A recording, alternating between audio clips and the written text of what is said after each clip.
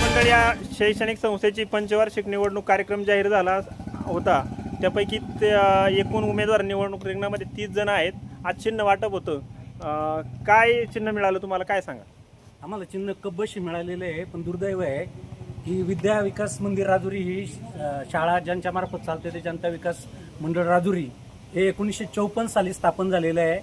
गावातील असणारे विद्यार्थी विद्यार्थिनी यांना शिक्षण मिळावं या उद्देशाने चालू झालेली ही शाळा आणि त्या काळामध्ये चालू झालेली ही संस्था, परंतु प्रथमतः ही निवडणूक लागते याबद्दल खूप खेद वाटतोय।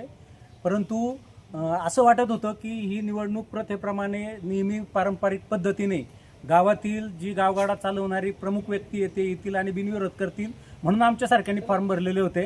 कालपर्यंत आम्ही वाट पाहिलेली होती, पण तसं झालं नाही। ही निवडणूक प्रक्रिया पुढे आली। निवडणूक प्रक्रियेमध्ये आम्ही 20-22 जण इथं उमेदवार हजर होतो। शेवटच्या क्षणी सुद्धा असं ठरलं का ही निवडणूक तात्पुरती जी आहे ती स्थगित ठेवू 1-2 दिवसासाठी आणि बिनविरोध प्रयत्न करू। त्यासाठी 2 पॅनलने प्रयत्न केलेले होते, आम्ही एक केलेले होते आणि विद्यावैभव यांनी सुद्धा केलेले होते, परंतु त्याला यश आलं नाही। आणि नंतर कायद्याच्या नियमाप्रमाणे निवडणूक नियमाप्रमाणे किंवा काहींनी ती प्रक्रिया स्थगित ठेवायला जी आहे ती नाखुशी दाखवल्यामुळे ती प्रक्रिया पुढे गेली। आता जनतेमध्ये जाऊन विनंती करण्यापलीकडे काहीच राहिलं नाही आणि आम्हाला खात्री आहे आम्ही उभी केलेली जी मंडळी आहेत ती शिक्षणाची आवड असणारी आहेत, चांगलं शिक्षण असणारे आहेत, अनुभवी आहेत।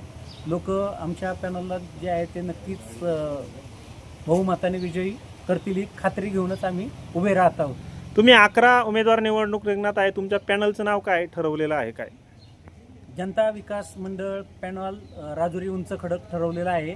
खरं तर आम्ही कालच अर्ज वगैरे दिलेले होते, त्याच्यामुळे आमची सगळीच मंडळी जी आहे ते बाहेर गेलेली आहेत। एक तांत्रिक बाब म्हणून आता आम्ही प्रातिनिधिक स्वरूपात हजर होतो, परंतु काही वादग्रस्त मुद्दे तयार झाले चिन्ह वाटपाच्या बाबतीमध्ये आणि त्याच्यामधून आम्ही काही जण इथं मगाशी आलतो, मोठ्या संख्येने होते मगाशी।